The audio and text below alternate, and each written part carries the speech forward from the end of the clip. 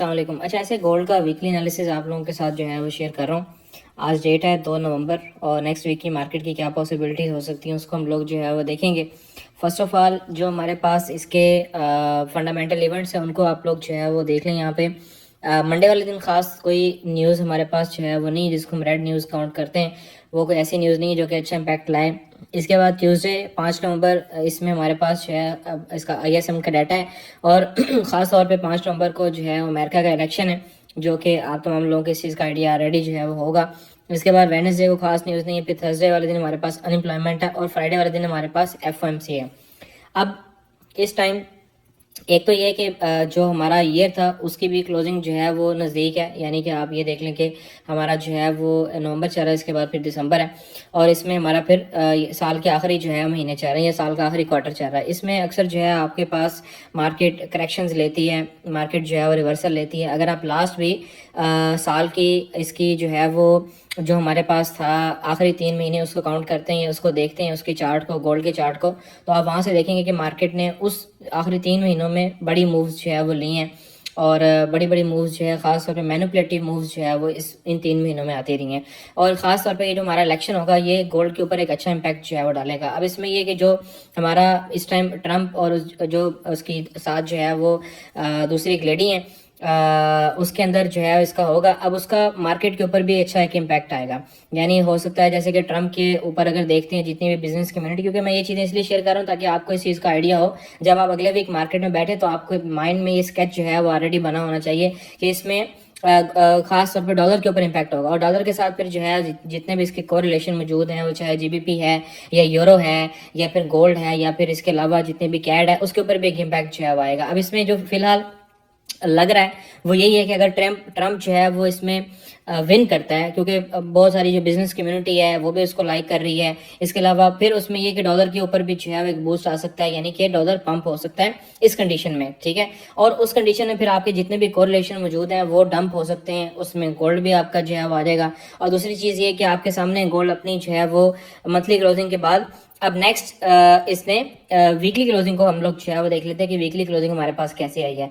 अब ये weekly closing इस टाइम जो आपके पास टेक्निकली मौजूद है, ये एक रिजेक्शन कैंडल तस्वुर की जाती है, यानी कि इसको एक रिजेक्शन कैंडल जो है वो कहा जाता है। इसने पिछले जितने भी सेलर हैं उनको मार्केट जो है वो उड़ाती है। एक मार्केट ने लंबी विक लगाई और फिर ऑलमोस्ट देखें आप 2790 से लेके उसके बाद उसकी बॉडी कहाँ क्लोज हुई 2748, यानी कि तकरीबन कोई 400 पिप 500 पिप का एक गैप इसके अंदर जो है वो आया और बॉडी की जो क्लोजिंग है वो यहाँ पे आके हुई है। तो इसमें यही हम कंसिडर कर सकते हैं कि अगर तो अगली कैंडल एक और बेरिश आ जाती है और ये जो पिछली हमारे पास कैंडल मौजूद है यानी कि सेकंड लास्ट वीक की, अगर इससे नीचे मार्केट क्लोजिंग दे जाती है तो फिर ये कि हमें एक अच्छी जो है डाउन साइड पे मूव मिल सकती है। लेकिन नीचे अगर आप लोग देखते हैं तो हमारे पास एक वीकली में फेयर वैल्यू गैप यहाँ पे जो है मौजूद है, ठीक है। ये फेयर वैल्यू गैप है और नीचे आपके पास यहाँ पे मजीद एक फिर रिजेक्शन कैंडल मौजूद है जिसका टेस्ट ऑलमोस्ट है 2661 के ऊपर, सही है। तो ये चीज़ आपने अपने माइंड में रखनी है कि जब मार्केट यहाँ से जो है वो ड्रॉप होगी उसके अंदर फिर आपने दोनों साइड की मूव जो है वो देखनी है। जब मार्केट इस फेयर वैल्यू गैप पे टैप हो जाएगी 2709 से जाहिर है 2662, ये भी 400 पिप का जो है वो फेयर वैल्यू गैप है और उसके बाद फिर आपके पास ये रिजेक्शन कैंडल यहाँ पे मौजूद है।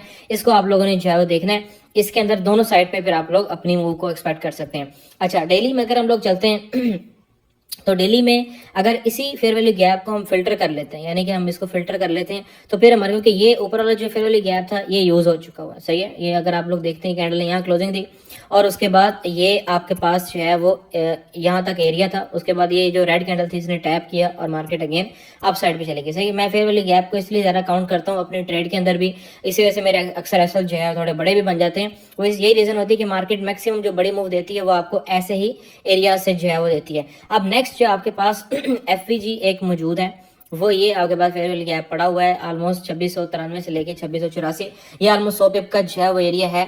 यहाँ पे मार्केट टैप करेगी और मार्केट यहाँ से एक अच्छा रिएक्शन आपको जो है वो देगी इस एरिया से, सही है। ये डेली का आपका FVG जो है यहाँ पे मौजूद है। सेकंड नंबर पे अब ऊपर वाली साइड पे अगर हम लोग देखते हैं तो अब ऊपर वाली साइड पे हमारे पास जो फेयर वैल्यू गैप यहाँ पे मौजूद है वो ये एरिया हमारे पास अच्छा है। ये ओवरऑल इसको मैं आप लोग जो है मार्क करके दिखा देता हूँ। ये ऑलमोस्ट एरिया बन रहा है 2662 से 74, ये भी ऑलमोस्ट 100 पिप का एरिया यहाँ पे भी बनेगा। इसको भी आप लोगों ने अपने माइंड में रखना है कि जब अगर मार्केट यहाँ पे आएगी तो फिर आपको यहाँ से एक बेरिश मोमेंटम अगेन जो है वो नजर आएगा। ये fair value gap market fill करना अगर इसको करने फिल करने आएगी तो। अच्छा, उसके बाद 4H में हम लोग देख लेते हैं कि 4H में मार्केट ने अपना स्ट्रक्चर कैसे बनाया। मैं आप लोगों के साथ स्ट्रक्चर के हवाले से भी थोड़ा जो है इसमें शेयर कर लेता हूँ कि मार्केट ने इस टाइम जो है स्ट्रक्चर किस तरह से। अब यहाँ पे अगर आप लोग देखते हैं, ये मार्केट ने हाई लगाया, फिर उसके बाद लो लगा, फिर उसके बाद हाई लगा, और ये जितनी भी मूव थी सारी की सारी मार्केट ने ये लिक्विडिटी इसकी जो है वो हंट की। ये आपके पास ये लो लगा, और उसके बाद फिर आपके पास ये एक हाई था, उसके बाद एक माइनर सा यहाँ पे हाई लगा, लेकिन आप उसको कंसीडर ही ना करें। अब यहाँ पे आपके पास ये एक जो है वो डाउन साइड पे मार्केट ने मूव दी है। अब फिलहाल हमें जो क्लोजिंग चाहिए, क्योंकि ये आपके पास लास्ट जो है वो इसका लो था, ये वाला लो, सही है, क्योंकि ये दरमियान में जितनी भी मूव आई है ये आपका इंटरनल स्ट्रक्चर, सही है। एक्सटर्नल स्ट्रक्चर में अगर आप लोग काउंट करते हैं तो आपको इस लो से नीचे अपनी क्लोजिंग जो है वो चाहिए होगी मजीद इसकी बेरी साइड पे मूव के लिए, यानी मार्केट यहाँ पे आके अपनी क्लोजिंग जो है वो दे, उसके बाद फिर यहाँ पे जो भी एरियाज होंगे उनका टेस्ट करे, और फिर मजीद मार्केट जो है वो अप साइड पे, सॉरी डाउन साइड पे मार्केट आ सकती है। तो मैं यहाँ पे एक लाइन लगा देता हूँ आपके लिए, हमें इससे नीचे एक जो है वो अपनी क्लोजिंग चाहिए इस एरिया से नीचे, सही है। अब ऊपर वाली साइड पे अगर हम लोग देखते हैं तो डेली में हमें एक एफवीजी नजर आ रहा था, नो डाउट, लेकिन अगर हम लोग आके 4H में देखते हैं तो 4H में ये एफवीजी फिल हो चुका हो, सही है। यहाँ पे मार्केट ने आके ये कैंडल बनाई, उसके बाद इसको जो है वो टच किया, और उसके बाद मार्केट ने डाउन साइड में मूव दे रही। या अगर आप लोग इसमें जो है वो इसको इस तरह भी जो है वो करके देख लें इस तरीके से, तो भी आप लोगों को ये जो है वो देख रहे हैं यहाँ पे कि 50% को मार्केट ने जो है वो टैप कर दिया हुआ है। अच्छा, अब मजीद आपको मैंने बताया कि ये एरिया आपका एक जो है वो होगा, अगर मार्केट इसकी डाउन साइड पे मजीद मूवमेंट जो है वो देती है तो फिर हम लोग इसको जो है वो देखेंगे। अच्छा, मजीद हम लोग इसमें अब 1H में देख लेते हैं। 1H में वही फेयर वैल्यू गैप जो मैंने आपको बताया था, अगर यहाँ पे भी आप लोग आके देखते हैं तो वो फिल हो चुका हुआ है। ये आपका एक एफवीजी यहाँ पे पूरा मौजूद था, ये मार्केट ने फिल किया और डाउन साइड पे मार्केट ने मूव दी है। हालांकि कैंडलस्टिक यहाँ पे थी, लेकिन मार्केट ने यहीं से आपको मूव दिया। अब इसमें ये कि जब एक आपने ये मूव पकड़नी है, अगर आपने ये मूव कैच करनी है, फिर जाहिर है आपके जो एसएल होंगे वो इस एफवीजी से ऊपर होंगे, यहाँ पे आपका एसएल बनेगा, तो फिर ये इसीलिए एसएल जो है वो आपके बड़े बन जाते हैं। अच्छा, उसके बाद अब जो फिलहाल हमारे पास एरियाज मौजूद हैं वो कौन कौन से हैं, वो एक तो आपके पास ये एरिया पड़ा हुआ है सेल के लिए, ठीक है। अभी तक मार्केट ने इस लो को नहीं तोड़ा, सही है। ये पिछले दिन का आपका जो है एक लो मौजूद है यहाँ पे, इसके नीचे भी मैं एक लाइन जो है वो यहाँ पे लगा देता हूँ। अगर तो मार्केट इस लो से नीचे अगेन एक स्पाइक लगाती है और फिर अपनी जाके 1H की 15 मिनट की क्लोजिंग अप साइड पे दे देती है, वो भी मैं आपको बना के जो है यहाँ पे दिखा देता हूँ। अगर मार्केट ओपन होती है और एक यहाँ पे विक लगाती है, विक लगाने के बाद यहाँ पे अपनी क्लोजिंग करती है, क्लोजिंग करने के बाद मार्केट अपने स्ट्रक्चर को जो है शिफ्ट करती है, फिर हम लोग यहाँ से अपनी एक अपसाइड की मूव देख सकते हैं मिनिमम इस एरिया तक, सही है। ये चीज़ एक आपने जो है अपने माइंड में रखनी है। सेकंड नंबर पे इसके बाद यहाँ पे अगर हम डाउन साइड की बात करें तो नीचे आपके पास जो एरियाज यहाँ पे मौजूद हैं, ये पूरा एक एरिया आपके पास पड़ा हुआ है इस तरीके से, ये यहाँ तक जो है बनेगा, सही है। अगर आप लोग इसको जो है थोड़ा फिल्टर कर लेंगे तो फिर ये कि ये 20 से ऑलमोस्ट जो है वो 15 तक का एरिया एक आपके पास निकल के आ जाएगा, जहाँ से अगेन एक आपकी बाय जो है वो निकल सकती है। वैसे तो ये कि ये जो फेयर वैल्यू गैप है वो 23 से स्टार्ट हो रहा है अगर आप यहाँ से लेना चाहें, लेकिन फिर ये कि आपका एसएल जो है थोड़ा बड़ा बनेगा, तो अगर मार्केट आपको मजीद नीचे मिल जाती है तो यहाँ से एक बाय की आप लोग जो है वो ट्राई कर सकते हैं। यानी अगर मार्केट आपको 23 से मिलती है, अगर आपके अकाउंट अच्छे हैं तो यहाँ से ट्राई कर लें, वरना ये कि 20, 15, 20, 17, 18 यहाँ तक का वेट कर लें। यहाँ पे अगर मार्केट आपको मिलती है तो यहाँ से आप मजीद लोअर टाइम फ्रेम की कंफर्मेशन देख के अप साइड की एक मूव जो है वो देख सकते हैं। अच्छा, ये दो चीज़ें आपके सामने जो है वो आ गई। नीचे की अगर बात करें, नीचे को खास इतना एरिया मौजूद नहीं है, ये आपको मैंने बताया था बड़े बड़े टाइम फ्रेम का एक फेयर वैल्यू गैप पड़ा हुआ है। इसके बाद ये कि मजीद जब मार्केट नीचे जाएगी तो फिर हम उसको जो है वो देखेंगे कि मजीद मार्केट जो है वो अब क्या करना चाह रही है। फिलहाल ये दो पॉसिबिलिटीज आपके सामने मौजूद हैं जो कि मैंने आप लोगों के साथ जो है वो शेयर की हैं कि अगर मार्केट इसके नीचे स्पाइक लगाए, क्योंकि ये आपके पिछले दिन का लो है, सही है, पिछले दिन का भी लो है, पिछले वीक का भी लो है, सही है। तो इस लो को आप लोगों ने जो है वो देखना है।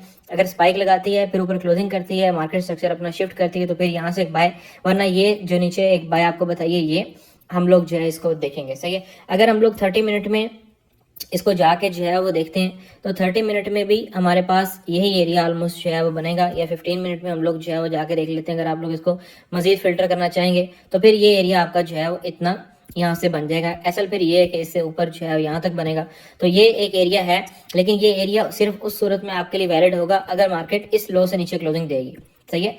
15 मिनट की आपकी क्लोजिंग इससे नीचे आ जाए, वो भी मैं आप लोगों को बना के जो है वो यहाँ पे दिखा देता हूँ। अगर मार्केट अपनी 15 मिनट की क्लोजिंग इससे नीचे बॉडी की कर देती है और फिर मार्केट अपनी रिट्रेसमेंट करती है इस एरिया तक, तो यहाँ से आपके अगेन एक सेलिंग साइड पे मूव आ जाएगी, सही है। तो ये कुछ पॉसिबिलिटीज थी जो कि आपकी अगले वीक के लिए होंगी। लेकिन मैंने आप लोगों को एक चीज़ जो है वो बता दी है कि आप लोगों ने अपने माइंड में वो चीज़ जो है वो लाजमी रखनी है कि जब आपकी ये पॉसिबिलिटी होगी अपना इसकी 5 नवंबर का जो आपका इलेक्शन है, तो इस चीज़ को आपने अपने माइंड के अंदर जो है वो रखना है और इस चीज़ को अपने माइंड में रख के फिर आपने एसएल प्रॉपर लगा के फिर ट्रेड करनी, क्योंकि ये वीक थोड़ा जो है वो मूव ऐसी आ सकती हैं मार्केट के अंदर, बड़ी मूव्स आ सकती हैं। वरना लास्ट इलेक्शन हुए थे या लास्ट जो भी ऐसी न्यूज़ आती रही उसमें आप लोग अपनी इसकी मूव जो है वो जाके देख सकते हैं। Thank you so much. बाकी ये कि इंशाल्लाह नेक्स्ट वीक आपसे मुलाकात होगी।